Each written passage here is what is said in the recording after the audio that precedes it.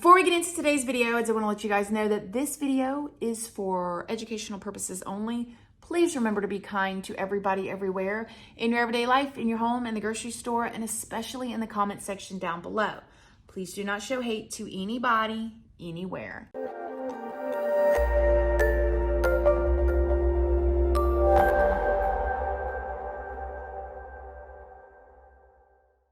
Good morning, my lovelies, my beauties, my friends. My name is Christina and welcome to my channel. If you're new here, thank you so much for clicking on this video. I really hope that you will subscribe, stick around, take a chance in hearing some things that I have to say. And if you are a returning subscriber, y'all already know, y'all are my babies. So good morning, good morning, good morning. How is everybody doing today? I hope you all are having an amazing day. So in today's video, I want to do something a little bit different than I typically do. I heard about this story of this young woman who's 25 years old who went on this trip to Colombia with her partner, 25-year-old Yecenia Gomez. And she seemed like she had the most wonderful life. She's young and beautiful and successful. She was doing traveling with her partner who she loved very much. I mean, they just looked so happy. And as a parent, you think that like, this is what you want for your children, right? For them to be fulfilled in life, for them to walk in their calling, whatever that means, for them to travel and see the world and, you know, just have all of these beautiful life experiences.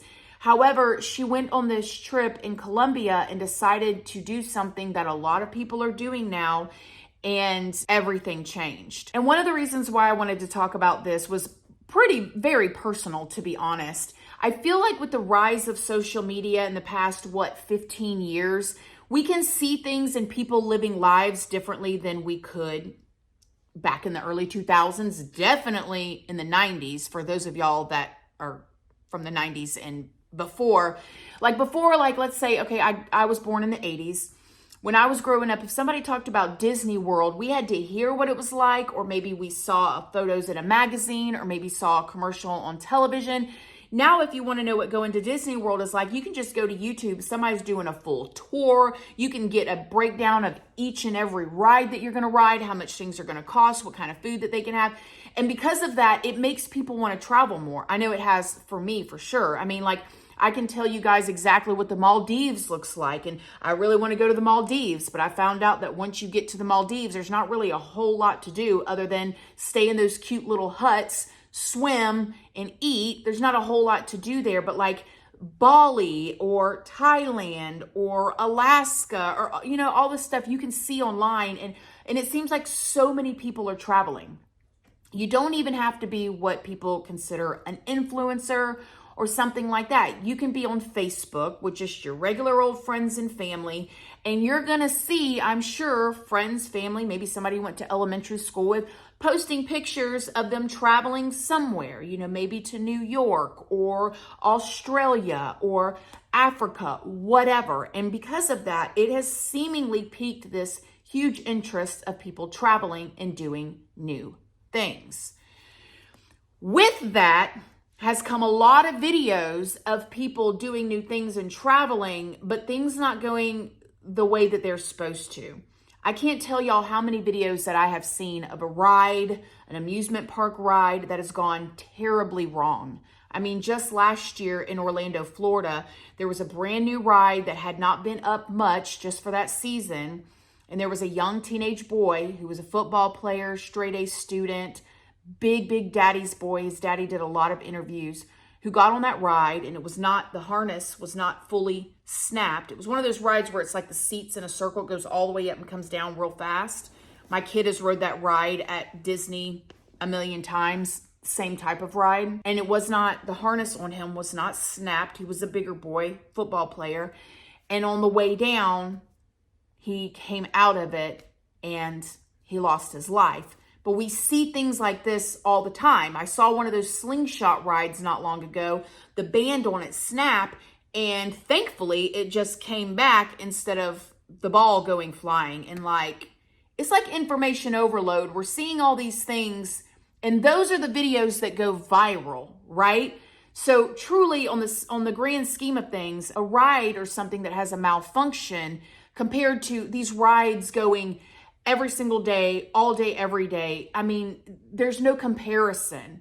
But those incidences go viral, so those are the ones that we see. So the first little mini story that I wanted to talk about was these two women that were on this swing, and a lot of us have seen these types of swings. Like there's one in Bali. It looks beautiful, the view. You get on there by yourself in a beautiful dress that's flowy, or you get on there with your partner or whoever, and you swing out. Somebody takes your picture, so it's beautifully Instagram worthy.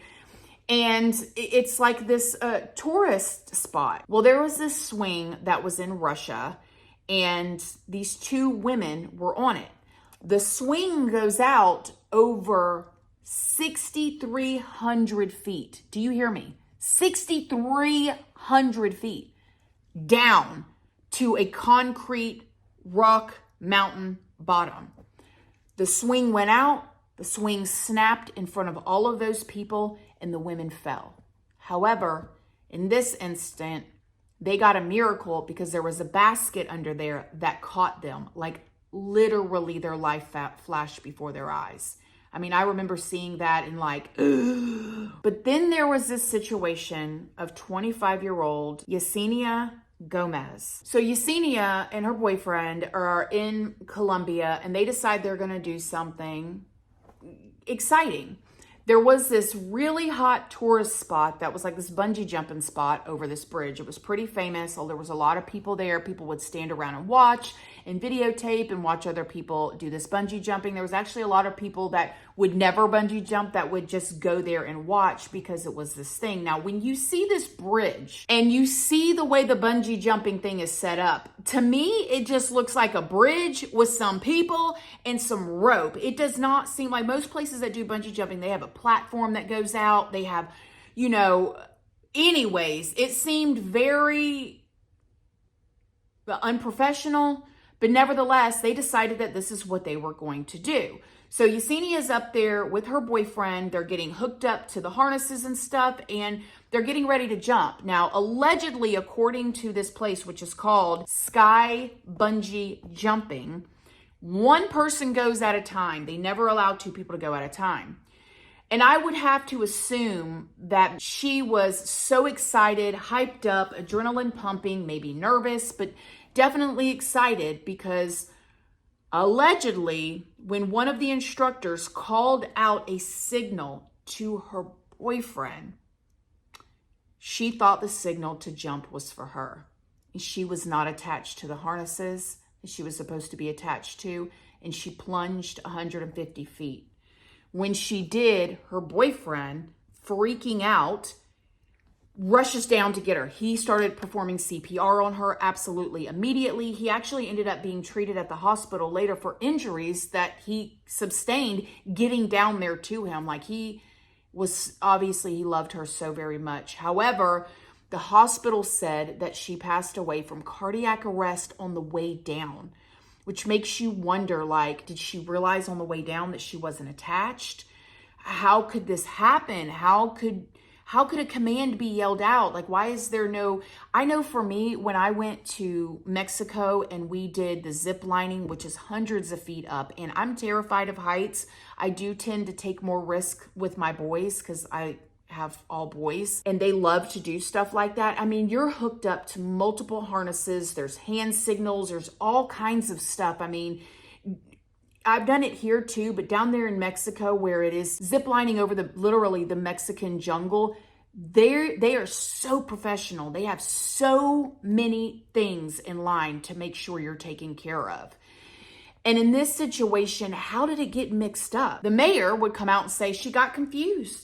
She got confused. He said that the signal was for her boyfriend to jump because he was already attached to the security equipment. They had only put a harness on her. So she had the harness on it and was not even attached to a rope. She just had a harness on. How did this happen like this? Now, the aftermath of this, reports have come out and said she did not get confused because we only let one person jump at a time because, of course, the bungee jumping place was getting a lot of heat, which I still have major questions about it. But the company said in a statement that it is not true as reported that Mrs. Gomez's jump was due to a confusion of a jump command given to her friend. At the time of the accident, nobody jumped, neither her nor her boyfriend or anyone else. And our protocol is designed for single jumps and with only one person per jump. It means that in order to jump, a person must finish everything related to the previous person's jump. So it almost seemed like some people were trying to make this a conspiracy that she jumped in order to end it all, which seems crazy to me. Why would she jump? Something had to have happened to make her jump. And that's what makes this story so difficult, because nobody really knows. Nobody really knows, why did she jump? They're saying we never gave a command for her to jump. She wasn't even hooked up to the harness. Why did she jump then? What made her jump? So, some people are saying that they did say to jump, but then the people that are working there said, listen, nobody else jumped, and they didn't because there was no command given. So what happened to her? The company did go on to say that they were cooperating with the investigations, and they handed over all of their documentation of their activities. Yecenia's brother, Andreas, remembers her as an entrepreneurial woman who loved to read and dance. He said, "My sister is a girl with all the best values, happy, spontaneous, with virtues that made her love her friends and help people in need." She was later buried after a ceremony that took place right there in her neighborhood where she lived with her family. But still, why did she jump? What made her jump? And if she had a cardiac arrest on the way down, then that means that she wasn't, she had to, I don't know, man. It's so confusing and there's no answers. So what do you guys think about this story? This is what I mean too by sometimes, like, when you see these videos that go viral, it's information overload. I know that I went parasailing for Mother's Day a few years ago, and I was so excited. It's something I've always wanted to do. Parasailing is something that's done all the time here. And if you guys don't know what parasailing is, it's where a boat pulls like a cord and it has a parachute like type of material attached to it, and you can hook 3 people up to it and you just glide over the water. And that seemed like the safest version of parachuting, because I'm not going to parachute. My husband and our oldest son did, but that ain't for me. Okay, it ain't for everybody. But soon as I got up there, instantly, all of these images started coming back to my mind of the 2 young girls that were in a parasailing accident in Panama City. And you guys can look it up if you'd like to. It's rough, but it instantly started coming back. And it's like, whoa, like these things actually do happen. So what do you guys think happened? I think it's more likely that she heard a command. She was probably nervous, psyching herself up, thinking, I've got to do this. I've got to do this. I can't chicken out now. She heard something. That's what I think. What do you guys think? Let me know in the comment section down below. Other than that, thank you all so much for being here. I know this is a little bit of a different content, but it's an intriguing story to me, especially with all the things that we see now on social media. So thank you guys for watching. I love you guys. I will see y'all in the next video, and I hope y'all have a good one. Bye.